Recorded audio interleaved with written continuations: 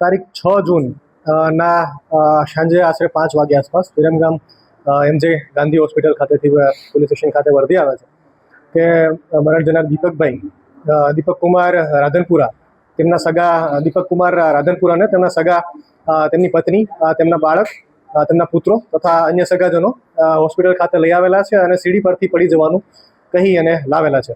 જે બાબતે શંકા ઉપજતા ઇન્ક્વેસ્ટ પંચનામું ભરવા પોલીસ ઇન્સ્પેક્ટર, એક્ઝિક્યુટિવ મેજિસ્ટ્રેટ અને મેડિકલ ઓફિસરની રૂબરૂમાં ઇન્ક્વેસ્ટ પંચનામું ભરાય છે. તે દરમિયાન શરીર પરની ઈજા અને શરીર પરના ઘા જોતા શંકાસ્પદ જણાઈ આવે છે.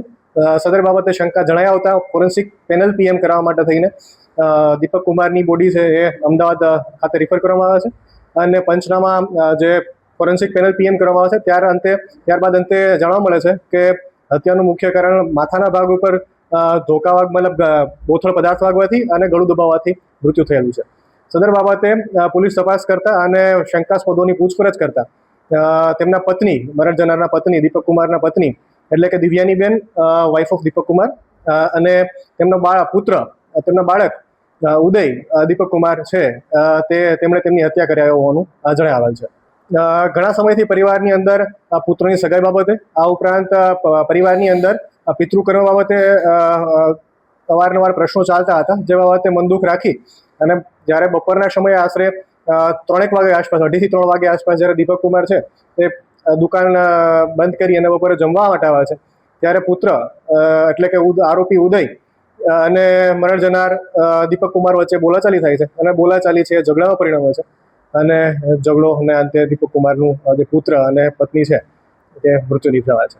જે રીતે આપણે વાત કરી તે રીતે બપોરે લગભગ 12:30 વાગ્યા આસપાસ જ્યારે પુત્ર છે એટલે કે આરોપી ઉદય કુમાર છે એ પોતાના પિતાની દુકાન ઉપર બેસવા મતલબ અવારનવાર વેપાર અર્થે જતા હોય છે. ઉદય છે એ અવારનવાર દુકાન ઉપર સમયસર નથી પહોંચી વળતા પુત્ર દ્વારા ઠપકો આપવામાં આવે છે.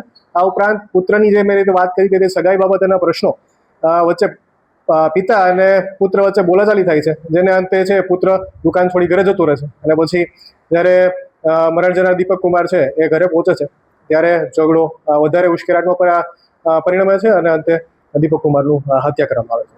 બંને આરોપી છે, આરોપી દિવ્યાનીબેન, વાઇફ ઓફ દીપક કુમાર રાધનપુરા, તેમની ઉંમર આશરે 46 વર્ષ છે અને વિરમગામના રહેવાસી છે. અને પુત્ર છે આરોપી, બીજા નંબરના આરોપી છે જે ઉદય કુમાર છે, તેમની ઉંમર 22 વર્ષની છે. આ ઉપરાંત તેમના વિરુદ્ધમાં કોઈ જૂનો ગુનાહિત ઇતિહાસ જણાઈ આવતો નથી.